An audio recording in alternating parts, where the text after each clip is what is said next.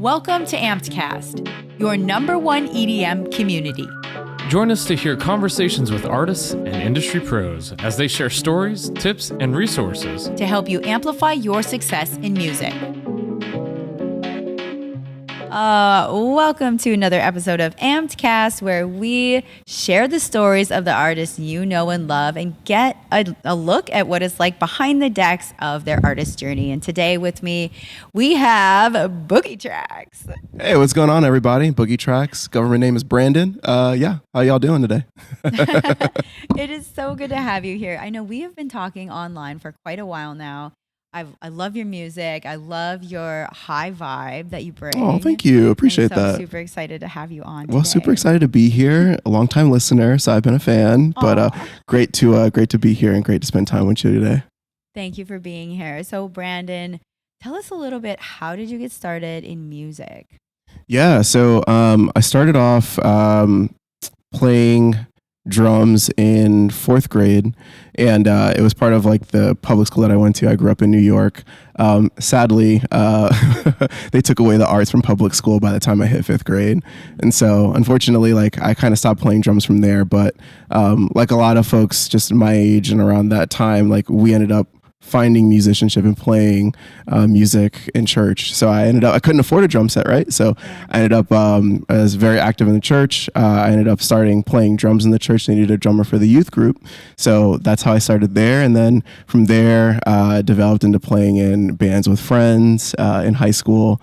And then from that, I jumped into jumped into just playing DJing in college because the DJs there at my college weren't that great, and so needed someone to rock the party a little bit better. And friends were like, "Hey, maybe you should consider doing it." And I tried it, and then I think the DJing aspect of it kind of took off from there.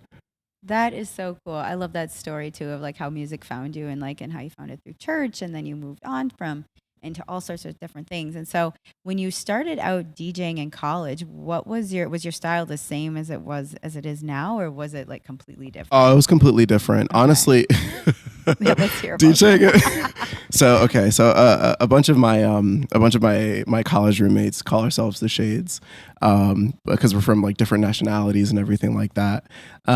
So honestly, we were playing a lot of the top 40 stuff. Again, like when we were in school, they had a lot of DJs. It was a Christian school, so they had a do not play list and things like that, right? So basically the way that we had to treat it was we found a lot of songs that no one else was really playing, but still kept it top 40. But like the DJs that were there, they were doing all right. There was a couple of the student DJs, but I feel like they weren't tapped in like we were. And so, no shade, but the first party that I played, it was a pre-recorded mix. Do I feel shame? Sometimes, but not too much. But it was totally pre-recorded, and it worked out. It was a competition that me and my buddies did, and from there, we were able to play Homecoming because we won the competition with that pre-recorded mix. And I didn't do a pre-recorded mix after that, but needless to say, it was not a lot of the stuff that I was playing now. How that influence started with what I've been playing now is I grew up listening to Daft Punk a lot. Right? Exactly. Yeah. I will say like it really was a turning point when Discovery came out for me. My fondest memory, I guess, around that was so when I was at my grandfather's house, he had a hot box, and like, for that, like, it's just basically like a cable like service that is like not sanctioned. It's completely illegal. Like you would have to slam on it to try to get certain channels. And we were out visiting him in Harlem, and we were just flipping through channels, and we stopped at one, and it was an anime like music video. And the music, I was just like, I've never heard anything like this before. My brother was with me. We're freaking out. We're geeking. Like, what is this? And it turns out to be, it was the One More Time music video. Yes, I was just exactly that when you said that. And so like once that came on, we were like, you know what? Like, we were just like enthralled by it. And like my dad was in the kitchen with my grandpa talking, and we're like pulling him, like, you gotta get in here. You gotta hear this. You gotta hear this. And he hears this, and he's like, he's a big music head as well. And once he heard it, he was like, this is everything. So yes. From my grandfather's house, we drove like to 42nd Street to get or Times Square rather, went to the Virgin store because it was still open, got a copy of Discovery, and listened to it all the way back home. So it was a trip. Like I would say that was pretty much the turning point for me. Hmm. especially when it comes to music, but also the music that I'm playing now, which is a lot of French house, like, French touch inspired music. I So love yeah, that. yeah, Yes. yeah. Oh, very cool. Well, and that is such a great story. I feel like the history of music has been, so influential on Mhm. artists, and Daft Punk is one of those that they were like pioneers to Oh, what we absolutely. do today. Yeah, I mean, just with the way that I sample, the way that I make music, the way that just like the workflow, a lot of it is just inspired not only Daft Punk but like Ed Banger Records, like that whole genre, that whole like space has just been so important to me. And I think that kind of gets into the story of, that was the lane that I chose because I Mhm. enjoyed that music. When Mhm. I moved to Austin, I wasn't hearing that type of stuff being played out. And that was the music that got me excited to like play or DJ like clubs and whatnot. And to Mhm. me, like I was like, I need to hear that more out, but I wasn't hearing it. So I was like, you know what? How about I try to dig for all the stuff that I can find, and whenever I play, a gig, I'll also make my own stuff. So like I'm Mhm. incorporating some originals, and then also playing like the stuff that I find that I love so much, like within that realm, within that genre. Oh, that is so cool. Because like when you have that as a producer, that blending the music that inspired you to bringing your own tracks into it, what is that feeling like? It's Like, cool. yeah, it's super. It depends on when you ask. Sometimes I'm just Yeah. like, oh man, like my tracks can never measure up to to this Oh. greatness. But then there's some days where I'm like, you know what, that hit different. Like that was really good. Like that felt real nice to me. Yes, Yeah, yeah, good, yeah, yeah. good. So it's definitely rewarding. Also, like when people come up and say, whoa, like what was that you threw in between like the two like commonly known Yeah. songs, and it's like one of mine, and I'm like, yeah, that's a little something something I made. Oh, that is a cool feeling. Like, what? That's like the ultimate compliment to Oh, you. Where always. that It is so doesn't get cool. old like that. And Yeah. like finding that other people are playing your music. It's just one of those things, no matter if it's like, no matter like what the scale of it is either, like just the fact Mhm. that someone has dug or listened to your music and reaches out and says, hey, I love what you do. Like there's no better feeling outside of that. Like Mhm. it's an appreciation, and it's one that like I think myself and a bunch of other producers like want to give back, especially if people are like, how do I make this or how do I do this? I'm like, Mhm. here's the Ableton session, like take a look around with it, play with it, like how do we spread this genre of music, this like disco house, like how do we spread that to like as many people as possible? So yeah, Yeah. yeah. That's really cool. You and I, before we recorded today, we talked a little bit about, the artist's journey and the struggle sometimes with finding your path or your lane that you're going to take on. And that can be, I think, the hardest thing that kind of detours artists sometimes from reaching their potential or even going beyond what they think they can do is because they're stuck in the how do I choose? What's the right thing? How do I find my place in the industry? So, what are some of your tips or your experiences on finding the lane you are in? Yeah, I think I think a lot of it is a lot of soul searching, right? Like I think you have to know within, what type of music that you enjoy. I think one thing that's been really inspiring is like the Austin drum and bass scene. Mm. Like drum and bass was really popular, and then it faded out, and like now we're in this resurgence again. But those Mhm. people in that community stayed true to it, and like now they're kind of riding that wave of it being popular. So I would say to artists, to DJs, like make what inspires you, because then it's easy to go back in a session or go back Mhm. and make that music, and it doesn't Mhm. feel like a chore. It doesn't feel like you're trying to like, for producers specifically, let's say you're not trying to like crank out like a tech house hit or like, a heavy Mhm. techno, especially if it doesn't come from here, right? It Yeah. doesn't, if it's not natural, then, do something that feels natural. Do create something that feels natural to you, and also just be authentic Mhm. in that, in what you make, right? So I think for me, when it comes to like French house and disco house, I grew up on, of course, Daft Punk, but like a lot of disco, like digging for records, like that whole culture is something that really inspires me. Digging for samples, that I love that. Like I'll do my day job, and on the side I'll have YouTube on, just going through like old, I don't know, old like records from the world to see if I can like Mm-hmm. find a sample that I dig, right? And I think for artists, like find what makes you happy and what's true to you, because then it won't feel like a chore. And then you'll want to go out there and you'll want to, I don't like the term educate, but you'll be excited to, share like the thing that makes you happy with Mm-hmm. other people, like share Mm-hmm. the music, share the genre that makes you happy, especially if it's like something as deep as like French house or disco house, or even like break beats, like which now I we're having love that break right, beats. we're having that resurgence again, Yes, but I know yes. people who have stuck with it, Mm. that they're just like, you know what, like this is my lane. I love being in this lane. And I'll leave it with this, like Never Dull is an artist that I admire deeply, and he made that same mention. I think someone asked him, he's a very prolific disco house producer. It's someone that I look up to and a lot of people in the genre look up to. And he just said, I think it was just in a Twitter, like not Twitter, but Instagram Q&A. He basically said, I chose a lane that I wanted to be in. I knew it was disco house, and I stuck to that. And Mm-hmm. I think that always resonated with me. And it was like, that makes me want to keep going and Yeah. keep pursuing that, because it's a genre that I enjoy. Mm-hmm. Yeah, Like staying true to you, staying true to the sound that absolutely. you enjoy. Yes, definitely. Oh, that is so powerful, and that's such great advice. Kind of spinning off of that, how do you see yourself?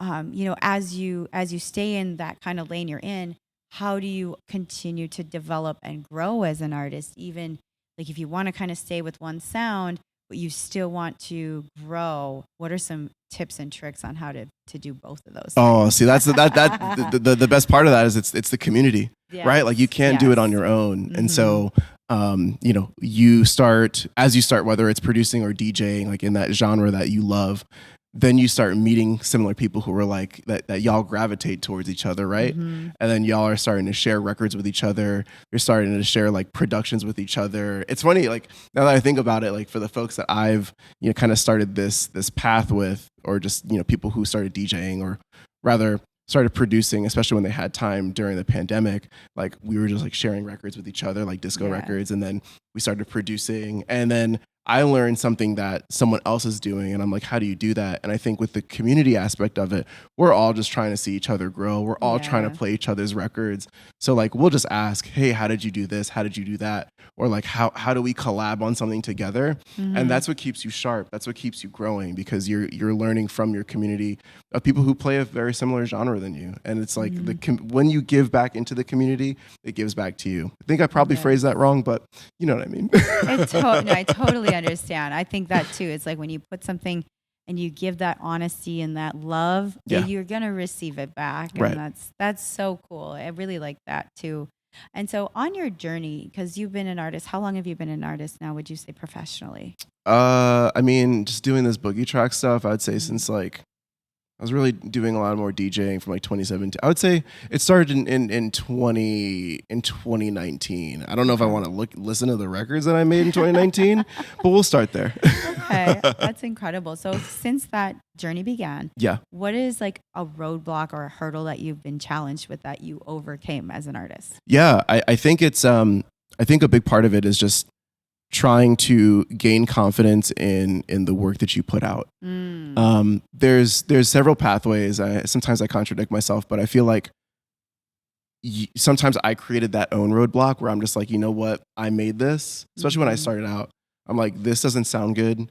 This sounds terrible. Like I'm not going to put it out there. But sometimes like that is a hindrance to yourself and your growth. Like I think it's Mhm. always good to put something out there that you feel like, you know what, I've made this. Let me put this out there and see Mhm. how the community responds. There's music that I've put out there that I'm like, this isn't that great, but you know what, I'm gonna put it out there for feedback and see what people like. And like major artists like dig it. Like one of those Yeah. records is a record that I put out and Chromeo played it, and like which is like Wow. right. And it's like one of those things where it's like sometimes you just have to put that project that you're sitting on out there and Mhm. like kind of let the community decide, because you've been sitting on this idea for so long, mulling in your head for like it could be weeks, it could be days, it could be months, but like finish that project, finish that record, and put it out there and see what people say about it. Be Mhm. excited about it because it's still something that you made. And so I think that was a big roadblock for me of Mhm. like not doing that. And I think I probably would have had stuff out earlier if I just put stuff out and let the community decide, because then you get pleasantly surprised of who digs what. You might be working on a record Yeah. for years and it's like everybody's like, it's all right. But then you might put out a record that you might put out a record that you've been making for, I don't know, like 2 days, and it is a bop. So Yeah. you know what I mean? It's yeah. just that, but that's the fun of the musical journey. But Mhm. I would say that was always a big roadblock for me, especially starting out. Definitely. Yeah. That's a really good story too. It's like, don't be scared. Put it out there. Just like it's a great way to start somewhere. Definitely. Absolutely. Yeah, that's the thing. It's starting somewhere. Mhm. Like not looking at like the John Summits of the world or like these bigger artists of the world. Like you are unique. You are special. You have a journey that you have to take and you have to see through. Don't let anybody else's journey like dictate how you live your life. Like, Mhm. take that journey, take that step and just like go forward. Don't Yeah. get distracted or don't get discouraged. It's so special, like as you grow as an artist or as a DJ, and as you develop further, as you like learn more about your sound. That's the journey. That's why we all do it. Like that's the Yeah. important part. So yeah. Oh, that's so beautifully said too, because it is very much not just about the instant win. It's about Yes. the grit. It's about the, pivots and changing and finding that path that fits you the best and Yes. working on yourself as your brand. So if it was just handed to us, I don't think the satisfaction would feel as good as if you know that you put in all that effort and you're like at the end game, you're like, whoa, this actually worked. Yeah, I mean, it hits different. Like you're able to kind of see where you've grown, the path that you've taken. I mean, I think I would always prefer having like this climb of growth rather than something so like immediate and flash in a pan. Because then, and I fall a victim to this. Like when that happens, you're like, okay, well then, how do I chase like this next wave of hits or whatever? And then you kind of lose sight of it. I mean, I fall victim to that all the time, but yeah, then you lose sight of why you started doing this in the first place. Yeah. That is one thing actually leads perfectly into my next question, because it was going to be around that topic. And I think it was John Summit was asked this question, something along the lines like, how do you stay true? How do you not get burned out? How do you not become just another, like, it's just a record on repeat? And he said he keeps the magic alive, like keep the magic in the music alive. And so I like to ask artists, how are you keeping the magic alive in your music? That's a really good question. I feel like for me, I now that I'm at this stage, and this is where I sound like I'm contradicting myself, which is valid.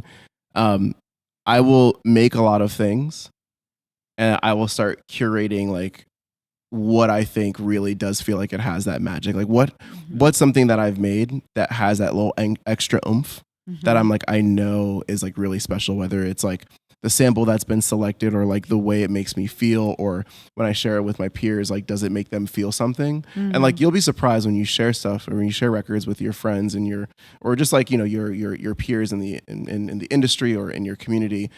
They'll let you know that's like, what, this one feels a little bit special than the others. And like, that's totally fine. Like some records hit different for others, but I think the way that I keep the magic alive is really just, I think finding really, I mean, now we're getting grit in the technical, but finding really good samples or finding like really like deep samples that like might not have seen like the light of day in like years and years and years.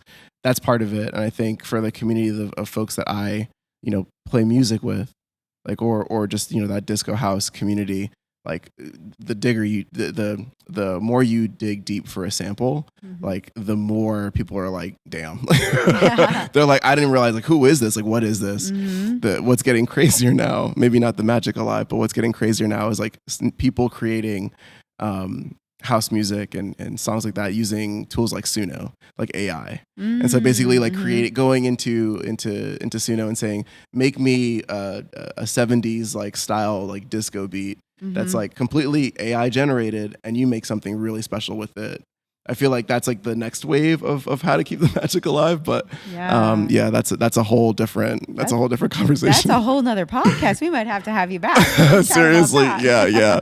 No, that people have been making some really crazy stuff. They'll take it, they'll take the sample, they'll reprocess it, and they'll make some really, really dope stuff. Like it's crazy what people are making with that. I think I saw something today, actually, just on Instagram, and it was somebody told AI to make a country song called blah blah blah, and this song sounded legit. Like it's wild. I was like, Oh, It's impressive, but I feel like if Yeah. people are using it in ways that like, they can make something that like they can describe in text, and then they get something really dope and they can extract from it, use it as an idea, use it as a thought starter, Yeah. and then create something dope from that. Oh, free reign, like go for it. I feel like Yeah.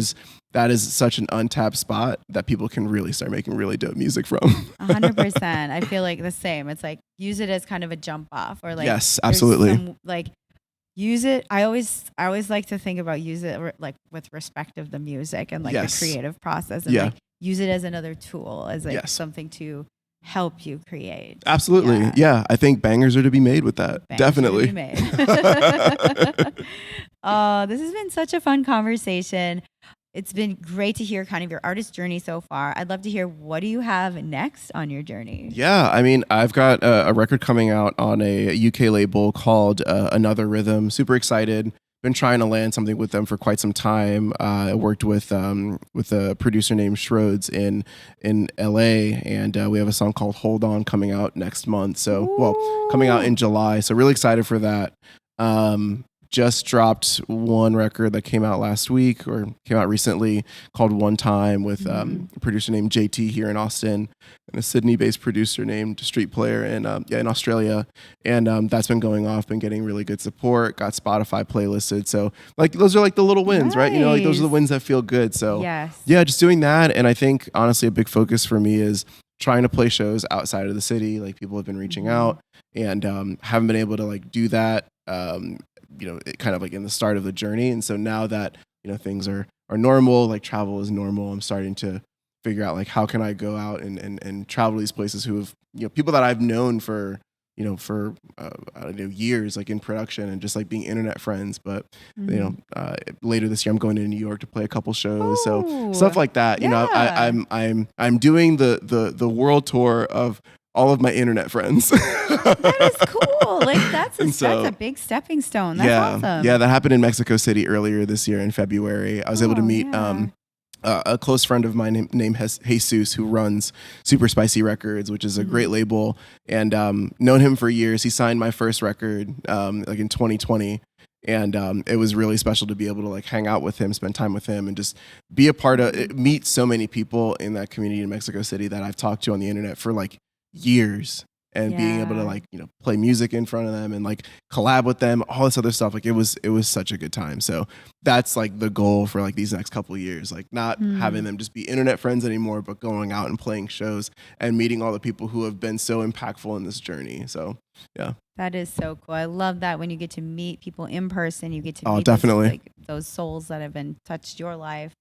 Oh, that's incredible. Well, I'm so excited to follow your journey. So excited to just continue like this relationship Absolutely, and yeah. having you on Ampedcast. And so how can people find you and connect with your music? Yeah, I mean, I'm on Spotify. I'm on all the streaming platforms. I'm on all the socials. Y'all know where to find me.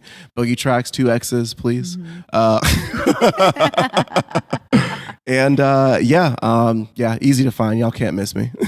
Awesome. Well, thank you so much, Boogietraxx, for being on the show today. Of It's been course. just a joy to have you on Ampedcast. Thank you so much for having me. It was a pleasure. It was incredible. And I got to give a shout out. As you can see, we have this gorgeous scenery we have here. We are recording today from Limestone here at the Cambria, right on Rainy, where we are going to be doing some incredible things working with them. And they have given us this opportunity to utilize their gorgeous space to do recordings and share artist stories like Brandon's with you. So shout out, come on out and see us. Stay tuned on amplifyedm.com for when we're going to host events here, and definitely stay in track. Saying tracks with Boogie. No. Stay in tracks with Boogietraxx. There's our blooper. Stay in touch with us online and stay in touch with Boogietraxx to hear all he's got coming up. Peace, y'all. Take care. So- See ya.